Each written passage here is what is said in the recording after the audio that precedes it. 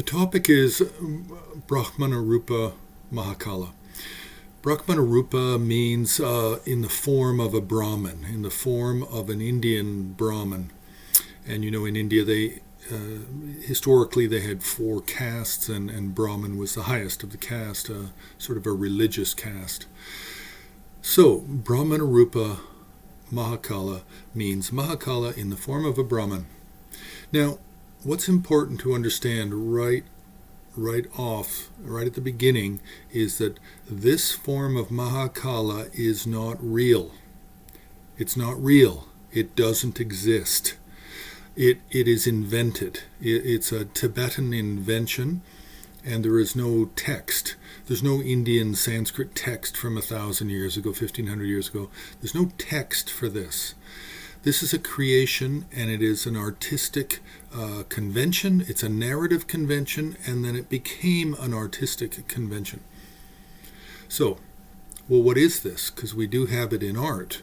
How can it be an art in painting and sculpture, but it doesn't actually exist? Well, it comes out of narrative.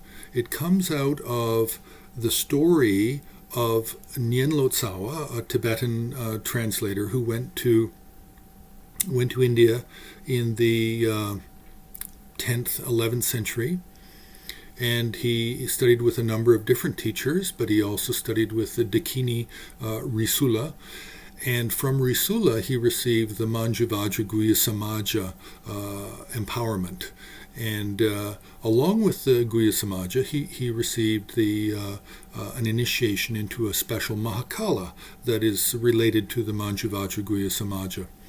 And this Mahakala is Chaturmukha Mahakala. Chatur means 4, Mukha means faces, so it means the 4-faced Mahakala.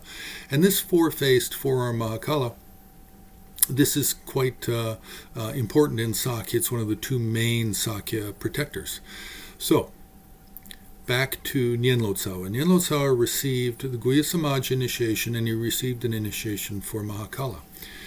Then, as he was parting from Risula Dakini, then she gave him as a parting gift an Indian servant. And this servant went with Nyen Lotsawa to Nepal and then to Tibet. Then when Nyen Lotsawa was much older and about to pass, then he gave his Indian servant to Lama Nam Kaupa. And then Lama Nam Kaupa, in turn, gave this servant to Sachen Kungin, the son of one of the founders of Sakya. And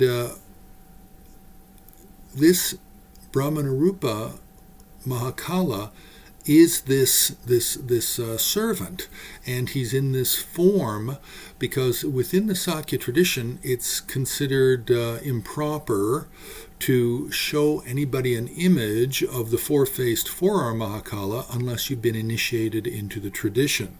So therefore, this artistic convention based on this idea of an Indian servant who is actually Mahakala appearing in a human Indian form, this Brahmanarupa is the 4-faced Mahakala, but most people aren't permitted to be shown the 4-faced Mahakala.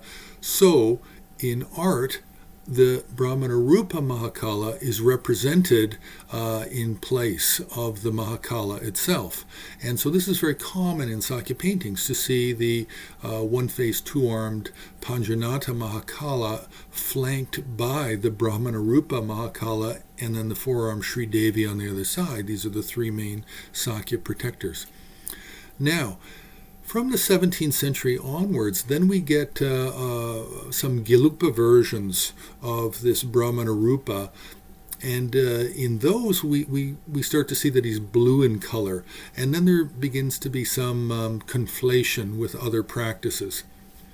So within the Sakya and Jonang and Sakya-related traditions, there is no practice for the Brahmanarupa Mahakala. It is merely a place card holder in paintings or sculpture to represent the 4-faced 4-arm Mahakala. Now, in terms of art, the art is primarily Sakya Jonang and Gelug that we see in museums and private collections. These are the three main traditions that practice the four-face four-arm Mahakala. So that's just a quick introduction.